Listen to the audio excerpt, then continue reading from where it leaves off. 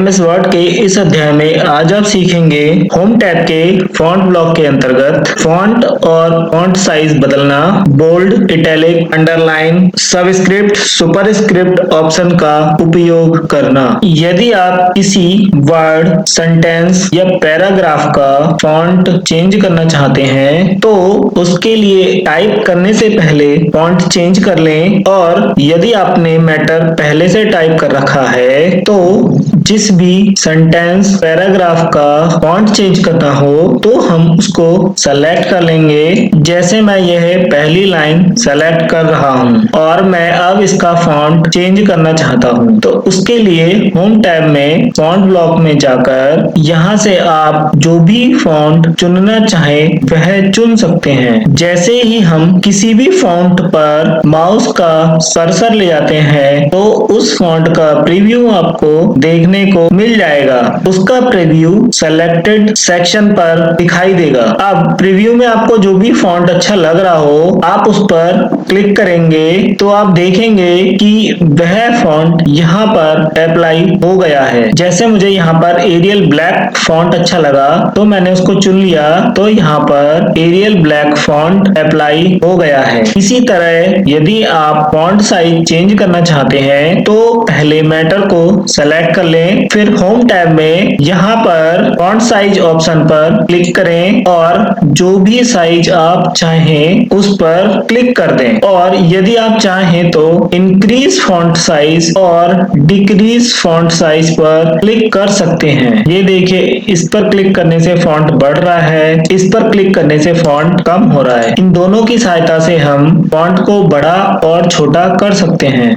यदि आप किसी टेक्स्ट को बोल्ड करना चाहते हैं तो उसके लिए पहले उस टेक्स्ट को सेलेक्ट कर लें, फिर होम टैब के फॉन्ट ब्लॉक में जाकर बोल्ड ऑप्शन पर क्लिक कर दें और हम इसको अपने कीबोर्ड की मदद से कंट्रोल बी के माध्यम से भी बोल्ड कर सकते हैं। अब आप देखिए, ये जो हमने टेक्स्ट सेलेक्ट किया था वह बोल्ड हो चुका है। यदि हमको इसको पुनः नॉर्मल करना है तो हम इसको सेलेक्ट करेंगे और फिर से बोल्ड ऑप्शन पर क्लिक कर देंगे, तो आप देखेंगे कि यह टेक्स्ट नॉर्मल हो गया है। या फिर हम इसको पुनः कंट्रोल प्लस बी ऑप्शन की मदद से अनबोल्ड कर सकते हैं। अब यदि आप किसी टेक्स्ट को इटैलिक साइज में करना चाहते हैं तो सबसे पहले उस टेक्स्ट को हम सेलेक्ट करेंगे, फिर हम होम टैब के फॉन्ट ब्लॉक में जाकर इटैलिक ऑप्शन पर क्लिक कर देंगे, तो आप देखेंगे यहाँ पर यह टेक्स्ट थोड़ा सा तिरछा हो गया है पहले टेक्स्ट के कंपैरिजन में। इसको हम अपने कीबोर्ड की मदद से भी इटैलिक कर सकते हैं। इसके लिए हमें शॉर्टकट की कंट्रोल आई का उपयोग करना होगा, तो आप देखेंगे कि टेक्स्ट इटैलिक हो जाएगा। अगर यह टेक्स्ट हमको फिर से नॉर्मल करना है तो हम इसको सेलेक्ट करेंगे और होम टैब के फॉन्ट ब्लॉक में जाकर इटैलिक पर क्लिक करेंगे तो यह नॉर्मल हो जाएगा। साथ ही हम इसको अपने कीबोर्ड की मदद से भी इटैलिक को हटा सकते हैं। उसके लिए हमें पुनः कंट्रोल प्लस आई को दबाना होगा, तो आप देखेंगे कि सेलेक्टेड टेक्स्ट से इटैलिक हट चुका है। यदि आप किसी टेक्स्ट के नीचे अंडरलाइन करना चाहते हैं तो सबसे पहले उस टेक्स्ट को सेलेक्ट कर लेंगे और होम टैब में फॉन्ट ब्लॉक के अंतर्गत अंडरलाइन ऑप्शन पर क्लिक करेंगे या फिर कीबोर्ड की मदद से कंट्रोल यू की मदद से इसको अंडरलाइन कर देंगे, तो आप देखेंगे कि जो सिलेक्टेड टेक्स्ट है उसके नीचे एक लाइन बनकर आ गई है। यहाँ पर इस ऑप्शन के पास एक ड्रॉप डाउन एरो है। यहाँ आपको जिस टाइप की अंडरलाइन लगानी है आप यहाँ पर सेलेक्ट कर सकते हैं। जैसे मैं यहाँ पर आप देख रहे हैं कि अलग अलग स्टाइल्स में इसको जैसे ही क्लिक कर रहा हूँ तो यहाँ पर इसका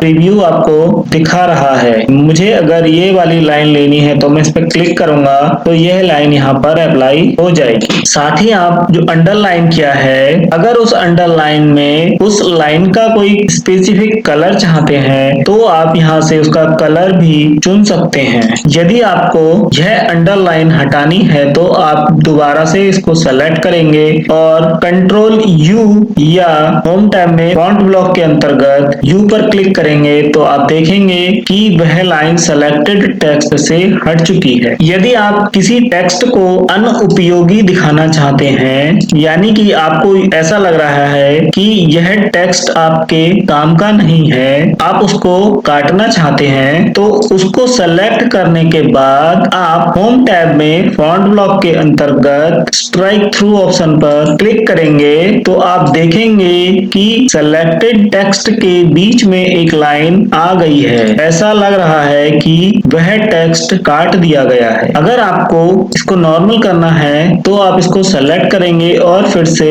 स्ट्राइक थ्रू ऑप्शन पर क्लिक करेंगे तो आप देखेंगे कि वह लाइन यहाँ से हट चुकी है। सामान्य तौर पर जब भी हम कोई टेक्स्ट टाइप करते हैं तो वह लाइन के एक सीध में होता है। कभी कभी हम उस लाइन के नीचे की तरफ और कभी ऊपर की तरफ कुछ नंबर या लेटर लिखते हैं, जैसे कि हम साइंस फॉर्मूला में उपयोग करते हैं। मान लीजिए हम यहाँ पर लिखना चाहते हैं H2O, तो इसमें जो है 2 है वह लाइन के नीचे आता है, परंतु यहाँ पर जो हमने टाइप किया है तो वह एक ही लाइन में आ रहा है और यह टाइप किया हुआ सही नहीं है। इसको टाइप करने के लिए हम सब स्क्रिप्ट ऑप्शन का उपयोग करेंगे। तो मैं इस 2 को सेलेक्ट करूंगा और यहाँ पर आप देख रहे हैं सब स्क्रिप्ट ऑप्शन है, इसको मैं सेलेक्ट करूंगा या कीबोर्ड से Ctrl+= के सिंबल को प्रेस करूंगा तो आप देखेंगे कि जो 2 है वह इस लाइन से थोड़ा सा नीचे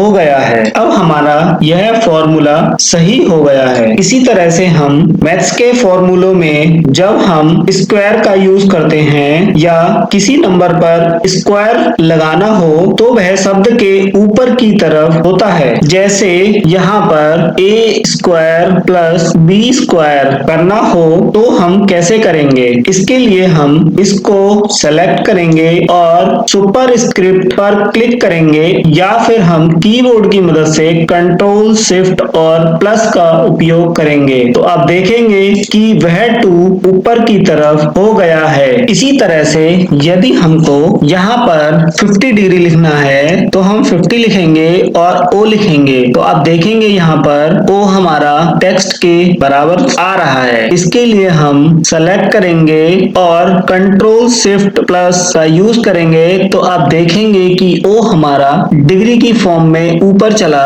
गया है। MS वर्ड के इस अध्याय में आज आपने सीखा होम टैब के फॉन्ट ब्लॉक के अंतर्गत फॉन्ट साइज बदलना, bold, italic, underline, strikethrough, subscript तथा सुपर स्क्रिप्ट ऑप्शन का उपयोग करना। अगर आपको हमारी ये वीडियो पसंद आई हो तो इसे लाइक करें, अन्य लोगों के साथ शेयर करें और वीडियोस की अधिक जानकारी के लिए हमारे चैनल को सब्सक्राइब करें।